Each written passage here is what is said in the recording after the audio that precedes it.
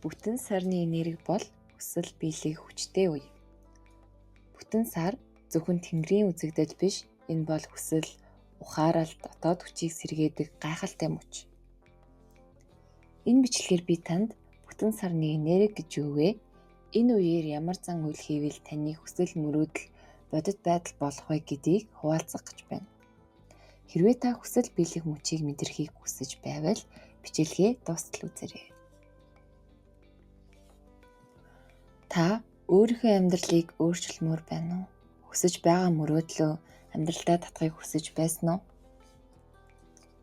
Тэгвэл бүтэн сарны үе бол таны хамгийн хүчтэй үе юм.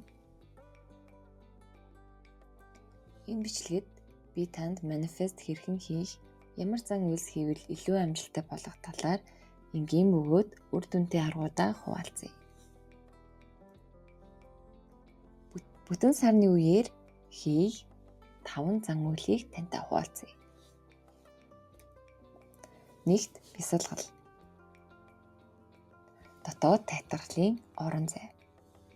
Бүтэн сарны үед бидний сэтгэл мэдрэмж илүү хурцуулдаг. Гомдол, бухимдал, баяр баясгал бүгд хүчтэй мэдрэгдэнэ. Энэ үед чимээгүйхэн суугаад зүгээр л өөрийгөө сонсох гэдэг маш чухал. Та гэрлийн унтраагаад, лаагаа асаагаад, сарны гэрлийг эсвэл зөөлөн хөгжмийг сонсоод үзээрэй. Гүнзгий амьсгалж, зүрх сэтгэл рүүгээ анхаарлаа төвлөрүүл. Хамгийн чимээгүй орчинд хамгийн их хариулт ирдэг гэдэг үнэн шүү. Би өөрийн хамгийн анхны манифестээ бүтэн сарны орой 10 минут бясалгаж хийснээр мэдэрсэн. Тэр үед юу ч бичээгүй, зүгээр л суусан. Гэтэл зүрхнээс асуултанд хариу ирж байсан. Тиймээс та зүгээр л хийгээд үз.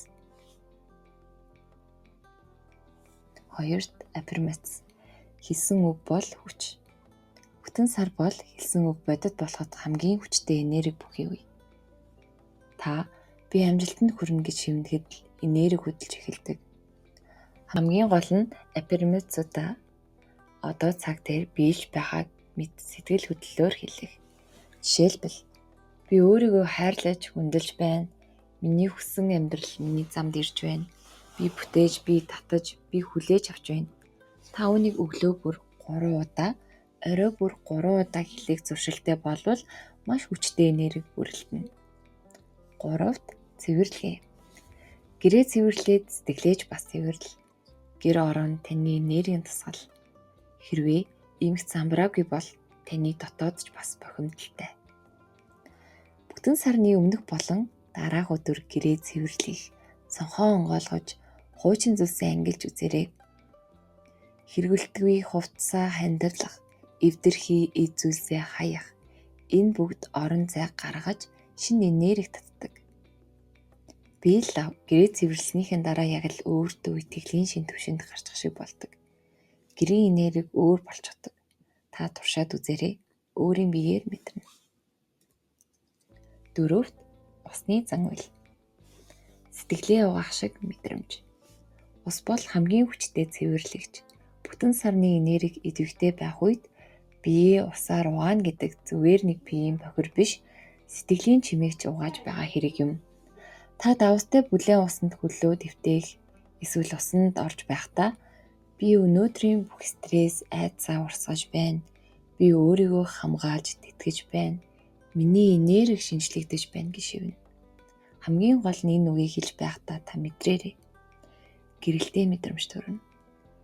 Усны дэргэд лаасааж, зөөлөн хөгжим тавьбал бүр гайхалтай. 5-т манифест бичих. Хүслээ боддоор шилжих эхлэл. Та яг одоо юу хүсэж байна вэ?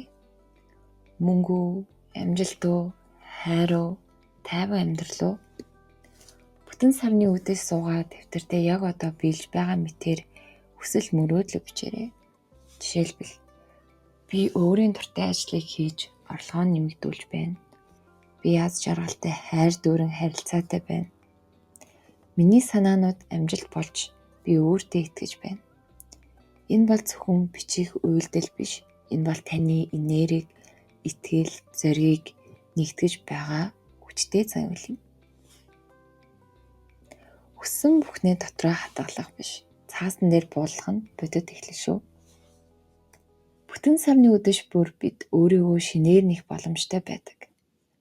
Өнөө орой та гэрлээ асаагаад зүгээр л нэг лаас агаад би өөртөө итгэж байна гэж хэлээд эхэл. Надад итгээрэй. Таны амьдрал өөрчлөгдөж эхэлнэ. Харин дараагийн бичлэгтэр би танд шинэ сарны манифест хэрхэн хийх талаар хуваалцах болно. Subscribe, like дарахаа мартаоцай. Дараагийн бичлэгтэр уулзъя.